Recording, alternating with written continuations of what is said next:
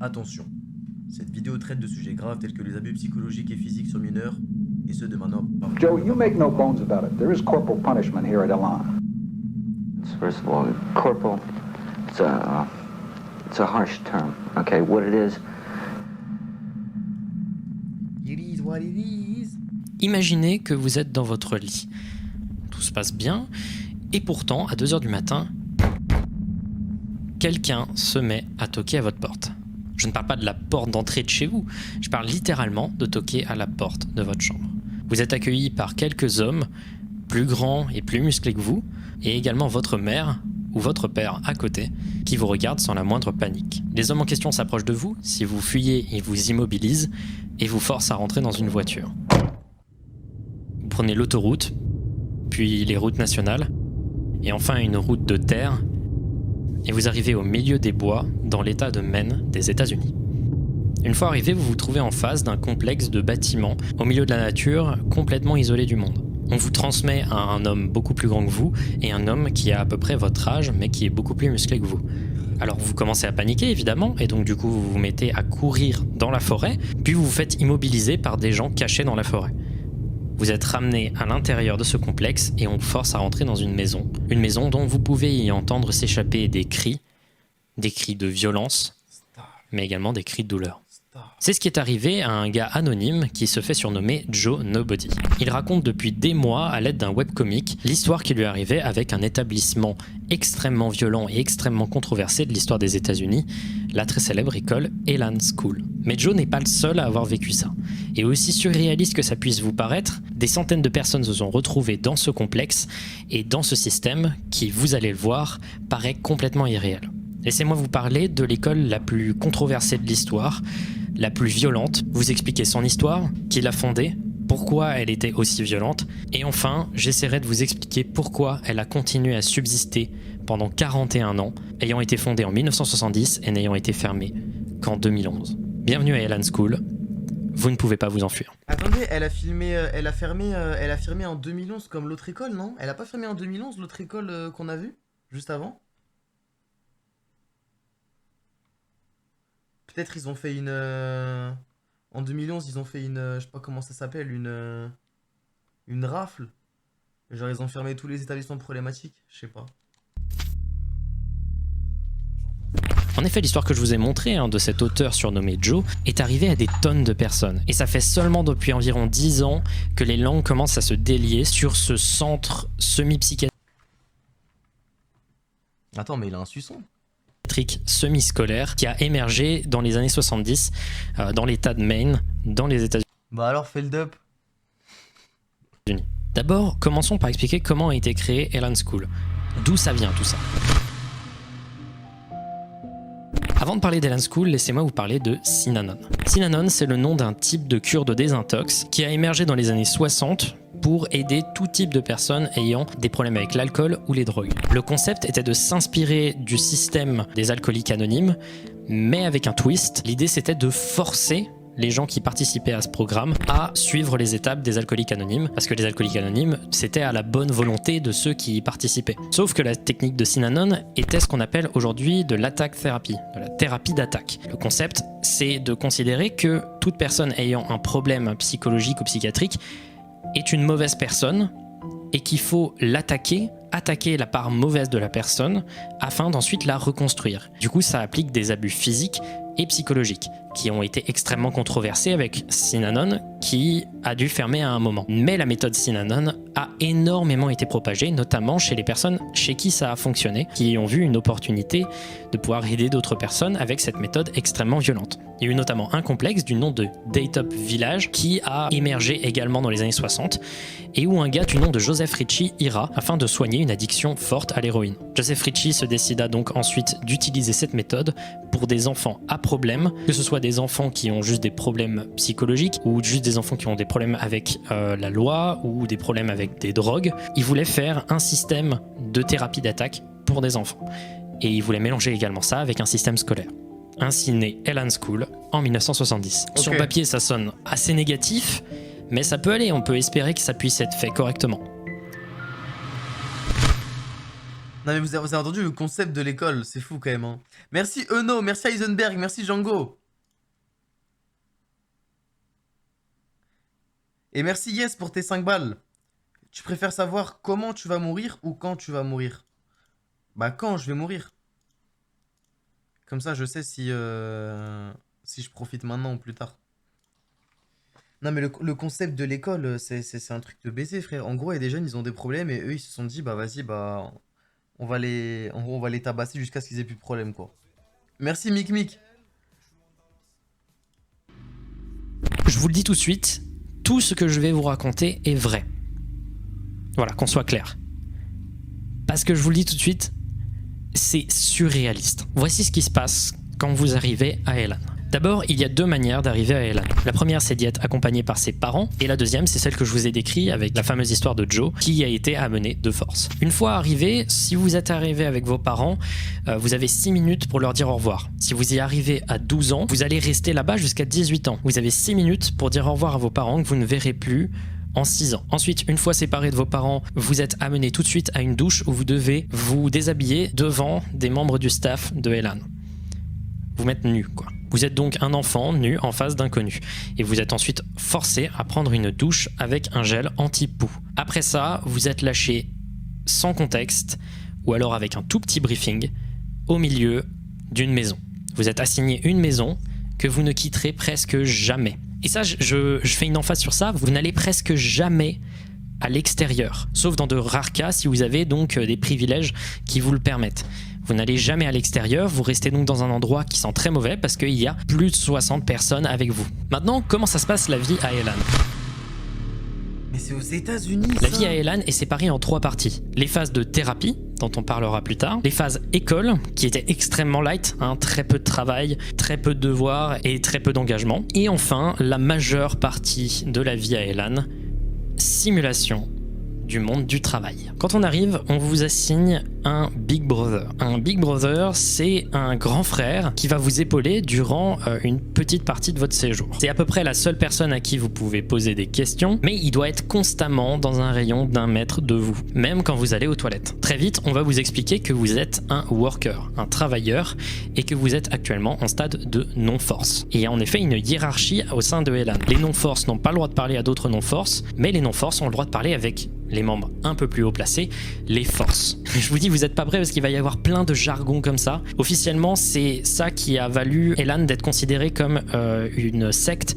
C'est pas réellement une secte en réalité, c'est juste que c'est un système qui a des fonctionnements sectaires. Donc quand vous entrez, vous êtes worker et non force. Être worker signifie que vous allez devoir faire le ménage de la maison, et ce avec une extrême précision. Mais il y a d'autres travaux que vous pourrez faire ensuite dans Elan si vous arrivez à monter de grade. Vous pouvez faire partie du kitchen crew qui s'occupe des cuisines, vous pouvez également faire partie du business office qui s'occupe de la paperasse, le communication office qui amène des news du monde extérieur, et finalement les expéditeurs qui s'occupent de la sécurité.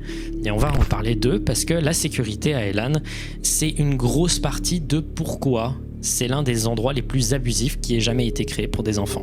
Mais du coup, c'est quoi cette hiérarchie? Parce qu'on va pas rester à nettoyer le sol avec une éponge pendant des années, étant donné qu'on reste là-bas pendant plusieurs années. Hein. En l'occurrence, votre première opportunité de monter en hiérarchie, c'est de devenir un ramrod. C'est toujours un rôle de non-force, mais en gros, les ramrods sont d'autres gens qui font aussi le ménage, mais qui ont aussi le privilège parfois d'aller inspecter si des workers font bien leur ménage. Et là, vous commencez à voir un truc qui se dessine. Les adultes n'ont presque aucune chose à faire, puisque la prison que représente Elan se gère toute seule par les prisonniers. Si vous faites assez bien votre travail en tant que ramrod, vous pouvez ensuite accéder à votre premier rôle de force, expéditeur.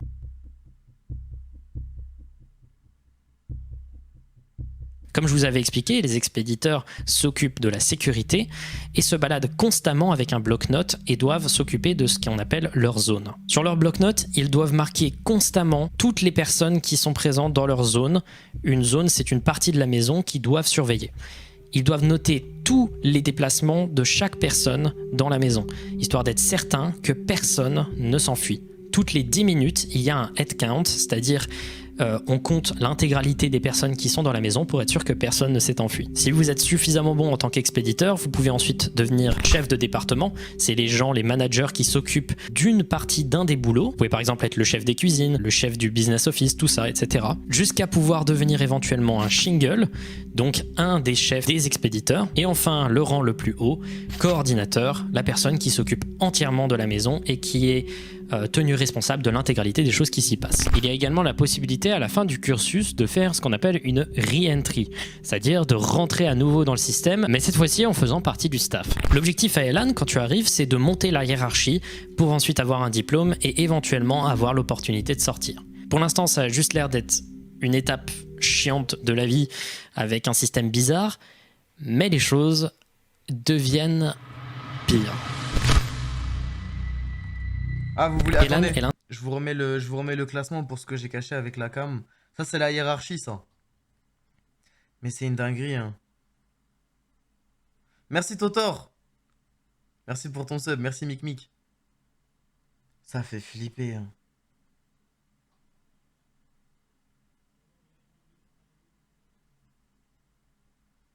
Ça parle de quoi? Bah, pour l'instant, c'est l'introduction d'une école... qui s'apparente à une prison, tu vois, avec une hiérarchie entre les élèves et tout, genre. Merci Sneeze, merci beaucoup. Merci Sneeze. C'est-à-dire de rentrer à nouveau dans le système, mais cette fois-ci en faisant partie du staff. L'objectif à Elan, quand tu arrives, c'est de monter la hiérarchie pour ensuite avoir un diplôme et juste l'air avec un système bizarre, mais les choses deviennent pires.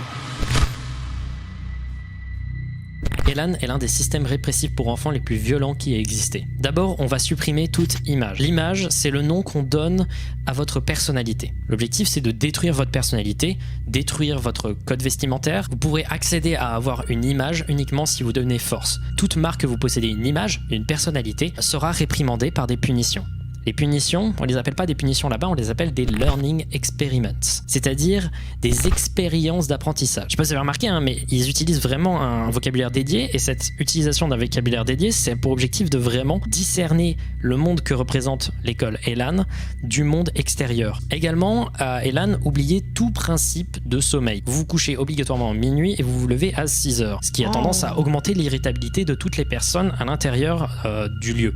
Mais également, le sommeil est constamment perturbé par votre Big Brother qui va vous observer pendant l'intégralité de la nuit et qui dort donc dans la même chambre que vous. Mais également, il y a des expéditeurs qui s'occupent de la sécurité pendant la nuit, qui vont donc, je crois, toutes les 30 minutes pour vérifier que vous êtes bel et bien en train de dormir et que vous ne vous êtes pas enfui. Ouais. Le sommeil est donc quasi impossible, ce qui va jouer énormément sur les nerfs pendant l'intégralité de la journée. Mais pas que, il y a également une night owl, c'est-à-dire littéralement une chouette de nuit qui va se balader dans la maison constamment, histoire d'être sûr que personne ne s'enfuit. Ensuite, l'intégralité des choses mauvaises que vous pouvez faire qui vont à l'encontre du règlement de Elan s'appelle du guilt, littéralement de la culpabilité. Elan part du principe que vous êtes constamment coupable de quelque chose, que vous avez tout le temps de la culpabilité en vous, que vous n'avouez pas. Voici par exemple une liste que j'ai pu trouver sur le webcomic de Joe, de choses qui étaient considérées comme des guilt, comme des choses qu'il ne fallait pas faire, qui étaient interdites à Elan. Lire quand on est non-force, interagir avec un non-force, parler trop fort, parler pas assez fort, regarder une personne d'un autre genre que toi, avoir de l'attraction pour quelqu'un, sourire trop, le contact physique, regarder par la fenêtre, dessiner sans autorisation, écrire sans autorisation, penser au fait de s'échapper, prendre trop à manger, vêtements trop sombres, mal faire son travail, parler trop, ne pas parler assez, réagir facialement à des ordres, penser que tu n'es pas coupable et ne pas avouer tes mauvais comportements. Et ça, ce n'est qu'une petite portion de ce qui peut se passer. Et vous avez bien noté, hein, il y a des trucs par exemple comme sourire trop. Si tu souris, tu peux te faire punir. Maintenant, parlons des punitions. Et dans tous les cas, je pense qu'il y a personne qui sourit là-dedans. En vrai de vrai. C'est possible de sourire dans ce lieu? Je vois pas comment. Hein.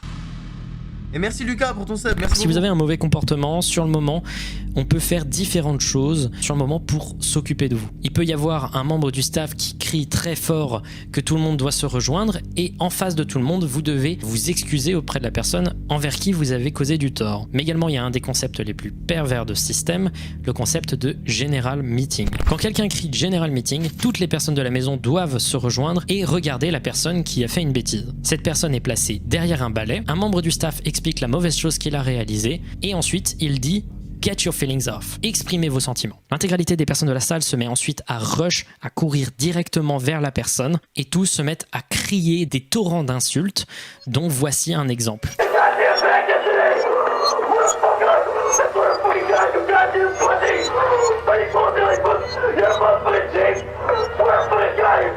Est-ce que vous remarquez pas un truc bizarre dans la manière qu'il a de crier? Le truc bizarre qu'il fallait choper, c'est que il reprend énormément sa respiration quand il crie.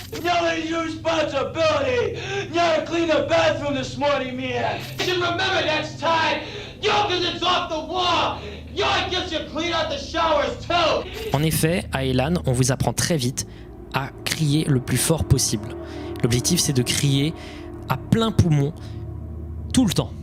Le bruit est l'une des choses qui traumatise le plus les gens qui se sont rendus à Elan. Un General Meeting peut durer 20 à 30 minutes. 20 à 30 minutes de personnes qui crient à plein poumon sur toi des insultes horribles et atroces, souvent en rapport avec ta mère, qui tu es, des choses honteuses qui ont pu t'arriver dans la vie. Bref, c'est une destruction et une humiliation qui peut arriver parfois jusqu'à 10 fois par jour. De plus, un meeting général, comme c'est long, ça peut manger sur le temps de travail des personnes. Et donc ce temps perdu, il est rattrapé par une réduction du temps pour manger, temps pour se doucher, du temps pour dîner. Déjà qu'on mange très peu et de la nourriture absolument immonde là-bas, il se peut que parfois tu aies 3 minutes pour manger. Et il faut savoir que ce sont les gens avec la hiérarchie la plus haute qui mangent en premier. Les derniers mangent des restes et parfois, lorsque tu n'as que 2 minutes pour manger, tu ne manges rien. Et n'essaie pas de manger après qu'on t'ait interdit de manger. Parce que après qu'on t'ait interdit de manger, si tu manges, c'est considéré comme du guilt. Et donc arrive une des autres choses qui se passent lorsque tu commets quelque chose d'interdit. Tu dois aller knock. Knock, ça veut dire frapper à une porte. Lorsqu'on te dit d'aller knock, il faut que tu ailles te rendre devant un bureau. Les gens dans le bureau se mettent à crier knock. Tu dois toquer. Ils te disent qui est là. Tu dis ton nom. Tu entres, tu fermes la porte derrière toi. Tu t'assois sur une chaise si tu as de la chance, sinon tu restes debout. Et 4 autres élèves, souvent des élèves ayant un rôle de force, se mettent à te crier violemment dessus pendant, pareil, une durée de 20 à 30 minutes. L'objectif est de construire une humiliation publique et également parfois ils peuvent te demander d'écrire une lettre pour confesser ta culpabilité, confesser tes guilts. Une lettre qui sera ensuite relue et que tu peux refaire jusqu'à plus d'une vingtaine de fois si ça ne leur plaît pas. Également, si tu marques sur ta lettre de guilt que tu te sens coupable, par exemple, d'être attiré par une fille, eh bien tu dois marquer le nom de la fille envers qui tu es attiré. Quel est l'objectif de cette mesure? Utiliser chacune des relations que tu as avec les personnes, les rendre publiques, t'humilier, et créer un climat de haine, en fait, tout simplement. Un climat où tout le monde se déteste. Il n'y a pas de pudeur, il n'y a pas d'intimité. Également, on peut te demander ensuite de réaliser une lettre de guilt destinée à tes parents. Il faut savoir qu'en général, les parents... En fait, ce que je comprends pas, c'est que, en fait, c'est une école qui est autogérée par les élèves. Tu vois, il y a une hiérarchie au sein des élèves, et c'est les élèves les plus haut gradés qui punissent les plus bas gradés. Mais les élèves, ils sont en position de force. Pourquoi ils se rebellent pas? Je comprends pas.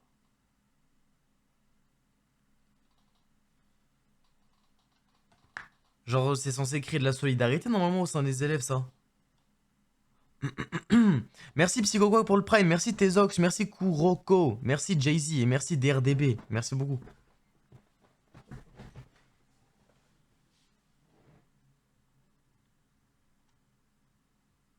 Il y a des gardes. Ouais, pour l'instant, il a pas parlé des gardes. Merci Jules Gunn. Tu verras par la suite. Ok, bon, on va voir. Hein. Parents qui amènent leurs enfants ici, ils sont déjà exténués. C'est parce que soit ce sont des enfants qui se perdent dans la vie, qui, je sais pas moi, commettent des larcins, vendent de la drogue, etc. Ou des enfants qui ont des grosses addictions. Donc en général, ce sont des parents désespérés qui y vont, qui ne croient donc plus leur enfant. Et donc il est presque impossible de raisonner les parents, surtout qu'ils sont manipulés par la direction de Elan pour que l'enfant y reste. Comment ils font pour le manipuler? Donc comme je vous ai dit, les enfants font des lettres qui sont relues et refaites pendant des vingtaines de fois jusqu'à avoir la lettre parfaite à envoyer aux parents qui confessent l'intégralité des choses qui sont négatives pour eux et qui expliquent pourquoi ils doivent rester à Elan. Également, il faut savoir que tout le courrier qui arrive à Elan est d'abord ouvert et lu par des membres du staff, puis ensuite censuré pour enfin être redonné à la personne qui devait à la base le recevoir. Pareil, toutes les lettres que tu envoies à tes parents ou à quiconque sont lues et censurées pour ensuite être envoyées sans forcément te mettre au courant de ce qui a été censuré. Également, tu as parfois le droit de faire des appels à tes parents, sauf que ces appels sont écoutés. Et ils peuvent à n'importe quel moment arrêter ton appel s'ils considèrent que ce que tu fais est de la manipulation. Mais du coup, on peut se dire, il suffit juste de crier très très vite un message de détresse. Sauf que non, ils peuvent couper ton appel, mais il y a également un délai sur l'appel. Délai qui fait que si tu te mets à crier un truc très rapide, etc., l'information sera stoppée. Et comme il y a un délai de 3 secondes, et ben l'information n'a pas eu le temps d'arriver aux oreilles des parents. C'est diabolique et c'est un moyen pour que les enfants y restent. Mais on n'est qu'à la surface de ce qui n'allait pas avec ce système. Parce que l'intégralité des LAN est basée sur la violence. Aucune discussion n'est faite en parlant, tout est fait en criant à plein poumon. Et également, tout est fait pour que les enfants soient humiliés et détruits psychologiquement. Laissez-moi vous parler du concept de slips. Les slips, c'est des petits papiers qu'il fallait obligatoirement mettre chaque jour dans une sorte de boîte aux lettres sur lesquelles tu devais écrire le nom d'une personne et si tu ressentais de la colère, de la frustration, de l'intimidation ou de la jalousie, qui ensuite était lu par tous les membres du staff afin que les membres du staff sachent exactement quelle relation négative tu entretenais avec qui. C'était ensuite utilisé durant les moments de thérapie, durant les encounter groups. Alors les encounter groups, en gros, c'est un cercle qui est réalisé avec des chaises sur lesquelles se placent de nombreux enfants et à tour de rôle, ils doivent crier à plein poumon sur quelqu'un toute la haine qu'ils émettent, toute la haine qu'ils portent envers une personne. Tu es obligé de le faire. Si tu ne cries pas assez fort, General Meeting. Si tu ne le fais pas avec assez de conviction, General Meeting. Certes, tu n'avais pas le droit de crier 2 fois sur la même personne de suite, mais une fois que quelqu'un avait crié sur une autre personne, tu pouvais à nouveau crier sur la personne contre qui tu voulais crier. De plus, c'était la personne qui criait le plus fort qui prenait la parole. C'était donc souvent les personnes les plus violentes qui arrivaient à avoir le droit de descendre publiquement quelqu'un, ce qui est particulièrement humiliant. Donc évidemment, avec un règlement aussi absurde et des enfants parfois violents à qui on donne le rôle d'expéditeur, c'est-à-dire un rôle de sécurité et de délation, évidemment qu'il va y avoir des choses injustes. Dans le documentaire The Last Stop, que je vous conseille beaucoup, que j'ai utilisé pour écrire cette vidéo, on trouve plein d'exemples de punitions qui ont été données pour des raisons absurdes. Par exemple, une personne avait le grade de worker, donc il devait nettoyer la maison, et pendant qu'il nettoyait, il a trouvé un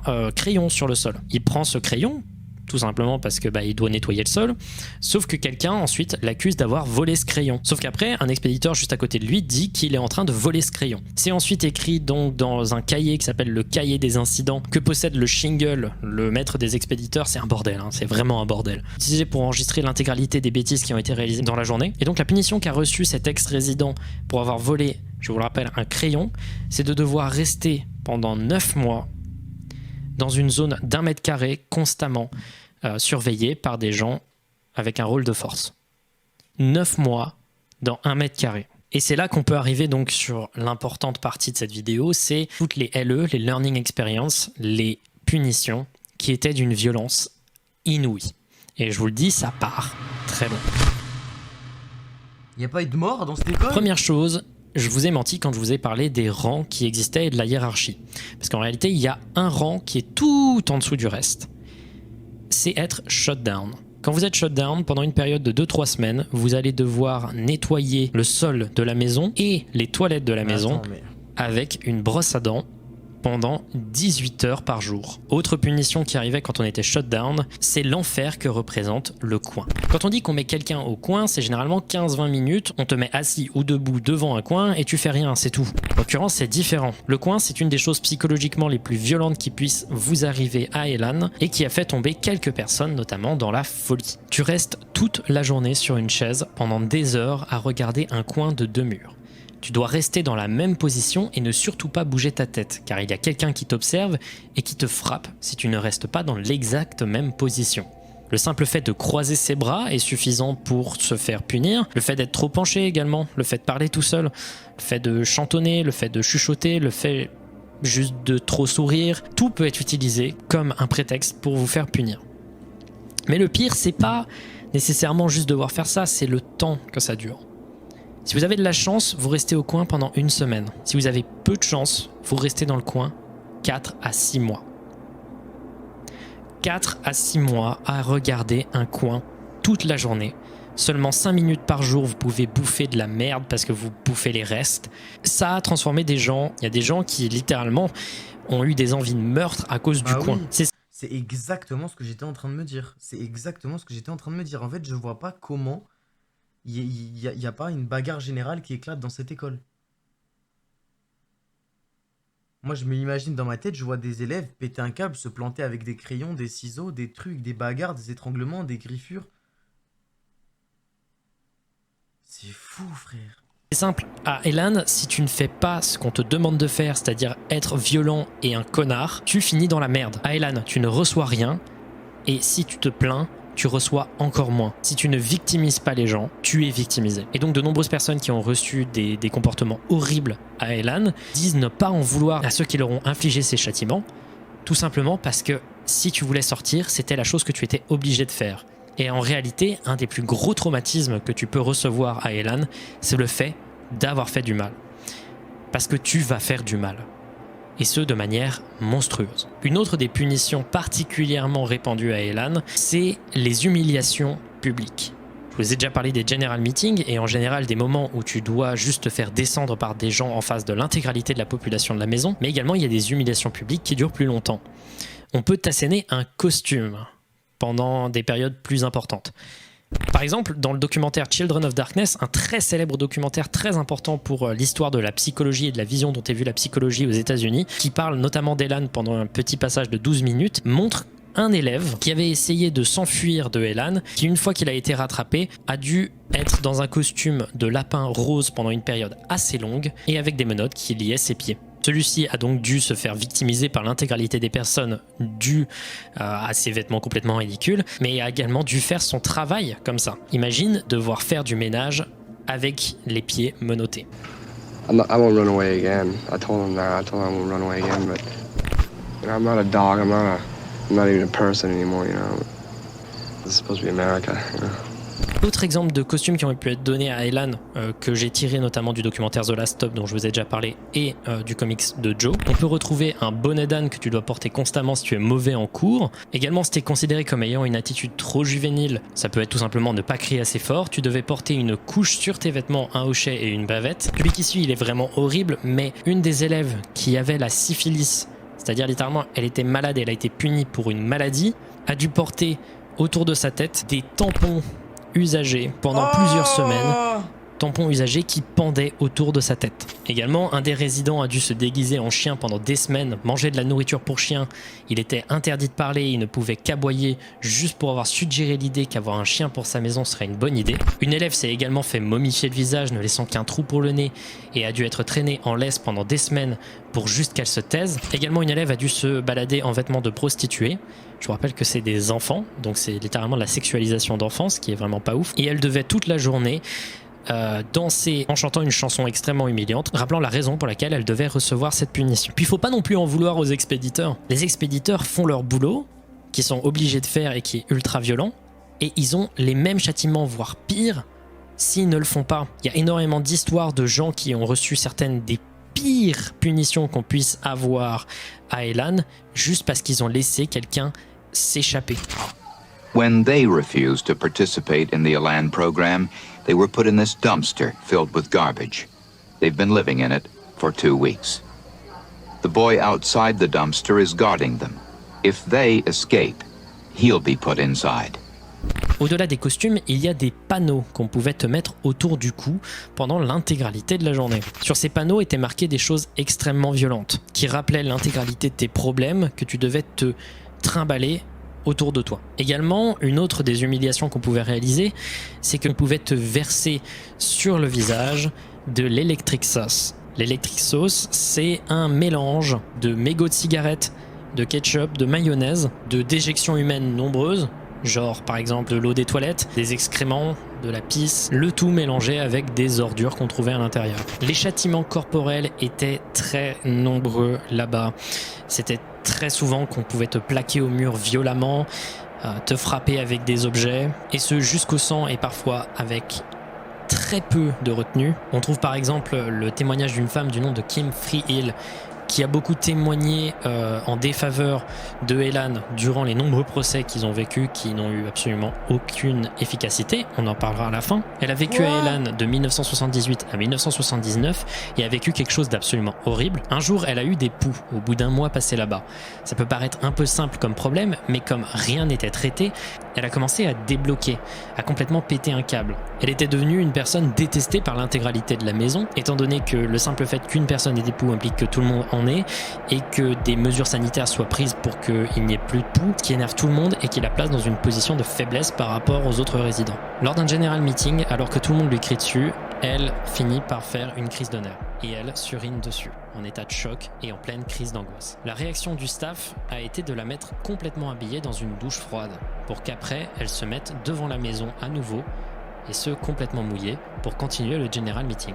Comme elle était au milieu d'une crise d'angoisse, elle ne peut donc pas coopérer, donc ils l'ont frappée. Ils lui ont donné des fessées avec des raquettes de ping-pong et des planches, jusqu'à ce que sa peau finisse bleu-violette. La violence est allée tellement loin que Kim Freehill a dû être escortée par un hélicoptère vers un hôpital pour empêcher la mort. De nombreux résidents qui ont pu voir cette destruction publique disent qu'il s'agit d'un des actes de violence les plus extrêmes qu'ils aient pu voir dans leur vie. Mais ce n'est même pas fini, ce n'est pas la chose la plus violente qui a pu se passer à Elan, parce qu'une des choses les plus violentes et une des choses les plus tristement célèbres à Elan, c'est le ring. Mais ça s'arrête jamais, ça s'arrête jamais. À chaque fois que je me dis, ça y est, on a atteint le pic de la violence dans cette vidéo, il nous sort un autre truc, sans déconner. Dans les derniers recours, on te mettait dans le ring, c'est-à-dire un cercle humain formé par 20 personnes, au cours d'un general meeting. On met la personne qu'il faut punir au milieu, et un à un, des gens beaucoup plus forts, souvent les plus forts de la maison ou les plus forts des nombreuses maisons qui composaient le complexe d'Elan, tous ces gens viennent te foutre une raclée, et ce jusqu'au sang, avec des sévères dégâts, pendant plus de 15 tours. Tu peux gagner quelques rounds si tu veux, mais personne qui est mis dans le ring gagne. Tu te fais forcément massacrer, détruire des os, saigner, chose qui pouvait arriver parfois plusieurs fois par mois. Généralement, il fallait avoir fait une grosse connerie pour être foutu dans le ring. Genre par exemple, avoir une relation sexuelle, tenter de s'échapper, tout ça. Parfois, c'était pas pour ce genre de raison. Parfois, c'était juste parce que quelqu'un était trop silencieux et qu'on voulait le réveiller. C'est l'une des choses les plus violentes qui ait pu être acceptée pour des enfants. Ça a été... c'est inimaginable comme truc. Alors du coup, une des questions qu'on peut se poser, c'est... il faut s'enfuir. C'est largement possible de s'enfuir. Il y a très peu de gens qui ont réussi à s'enfuir de Elan en 41 ans d'existence. Pourquoi ? Déjà parce que partout dans la forêt, il y avait des gens dont le seul objectif était de rester plantés là pour s'occuper de gens qui pouvaient s'enfuir. Si vous arrivez miraculeusement à vous enfuir de la forêt, et même d'aller jusque dans un autre état, des gens sont payés pour vous traquer. Et vous êtes généralement trouvé en 1 ou 2 jours. Vous êtes ensuite réamené de force là-bas, et vous vous retrouvez shutdown dans le ring. Un ancien résident avait déjà réussi à fuir 6 ou 7 fois et d'aller aussi loin qu'en Californie dans sa fuite, mais même là, ils avaient réussi à le trouver. Oui, d'accord, Ils a-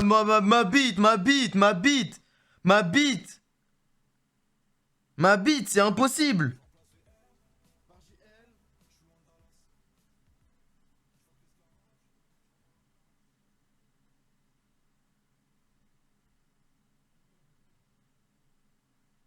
C'est la Katsuki, c'est impossible, frère. Parce que dans tous les cas, ils ont dû le mettre dans l'avion. Tu peux pas mettre quelqu'un dans un avion contre son gré, c'est impossible.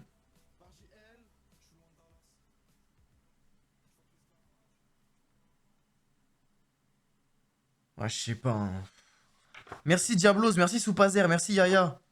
arrive toujours à te retrouver d'une manière inconnue et plutôt flippante. Rajoutez à ça des parents qui vous ont amené là parce qu'ils sont désespérés et qui du coup ne sont pas prêts à coopérer pour que vous vous en échappiez. Et vous voilà en enfer. Pour vous dire, il y a eu à peu près genre 2 ou 3 personnes qui ont réussi à s'enfuir efficacement de Elan, si j'ai bien compris. Et je crois qu'il y a seulement un seul témoignage d'une personne qui a réussi à convaincre ses parents d'une manière assez bordélique et difficile de le retirer de Elan.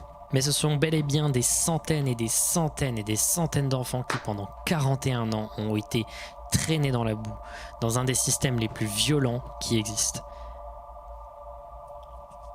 Et une des questions qui arrive à la fin, c'est est-ce que ça marche?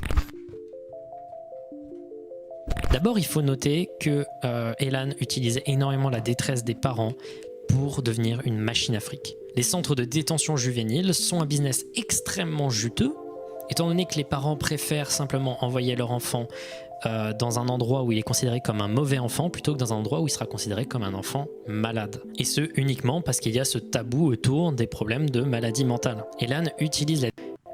Ça a transformé Joseph Ritchie, son créateur, et des centaines d'enfants qui pendant 41 ans ont été traînés dans la boue, dans un des systèmes les plus violents qui existent. Et une des questions qui arrive à la fin, c'est est-ce que ça marche? Énormément Désolé, la détresse c'est mon des chat, il me parents casse les couilles là. pour devenir une machine à fric. Les centres de détention juvénile sont un business extrêmement juteux, étant donné que les parents préfèrent simplement envoyer leur enfant dans un endroit où il est considéré comme un mauvais enfant plutôt que dans un endroit où il sera considéré comme un enfant malade. Et ce, uniquement parce qu'il y a ce tabou autour des problèmes de maladie mentale. Elan utilise la détresse des parents, grossit le trait des problèmes des enfants pour tout simplement les détruire ensuite. Elan est une machine à fric. À un moment, un an à Elan constituait 54 000 $. Ça a transformé Joseph Ritchie, son créateur, en véritable millionnaire. Et en plus de ça, de nombreux témoignages semblent indiquer que Joseph Ritchie serait un sociopathe, qu'il prenait du plaisir dans le fait de faire mal aux gens et qu'il adorait le culte de la personnalité qui était créé autour de lui à Elan. L'intégralité des enfants souhaitant devenir comme Joseph Ritchie à l'intérieur du système et se rendant compte de l'ordure qu'il était uniquement en sortant de Elan. Rajoutez à ça que le gars en question a eu énormément de problèmes avec la justice et qu'en plus de ça, c'est un politique américain qui a essayé de devenir gouverneur.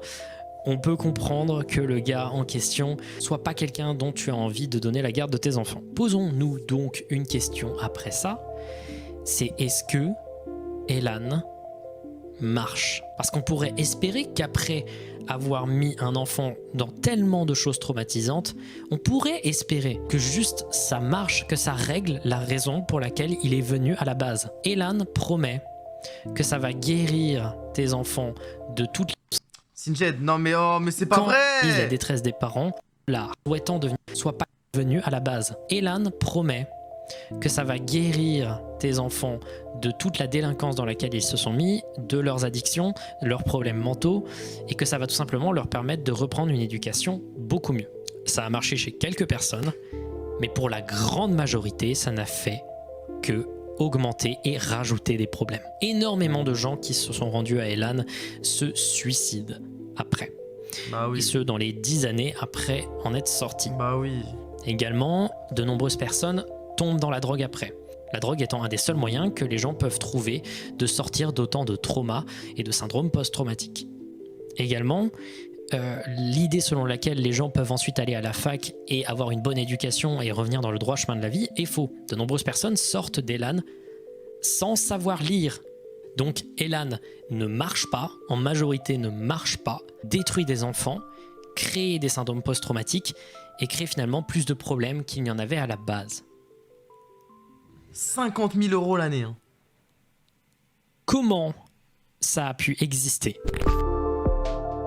50K l'année. La raison pour laquelle ça a persisté pendant 41 ans est honteuse. Je suis sérieux, c'est véritablement quelque chose de honteux. Et la raison est stupide. Très régulièrement, il y avait des controverses vis-à-vis de Elan.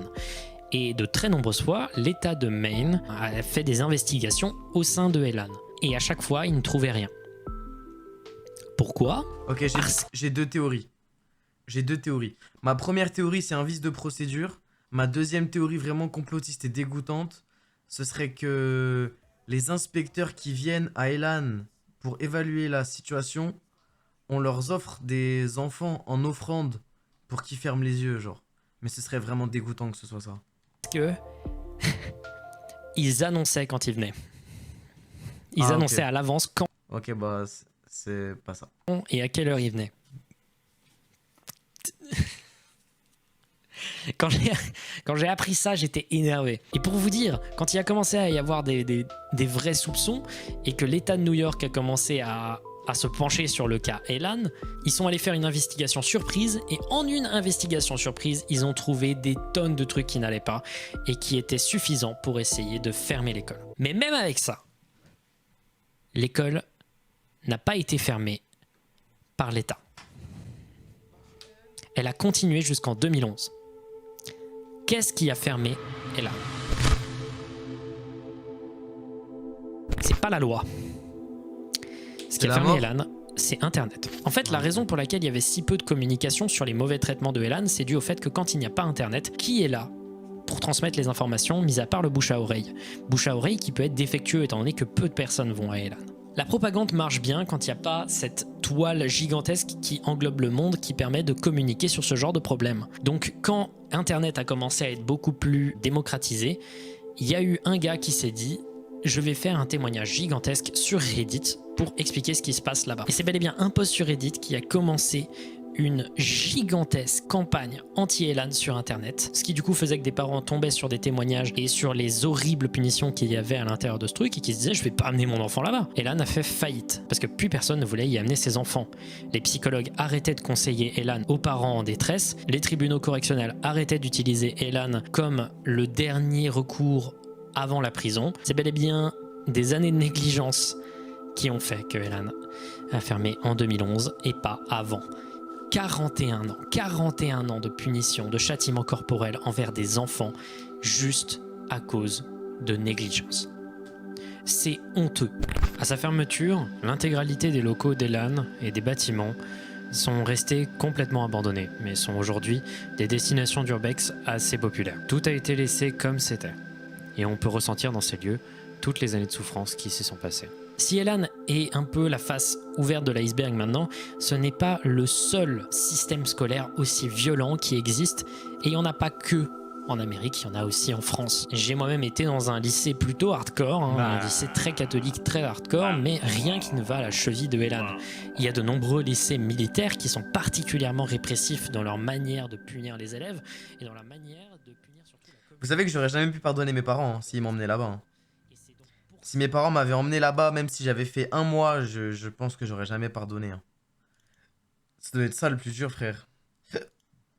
Oui. Oui. Non, mais j'ai le plus beau chat de France.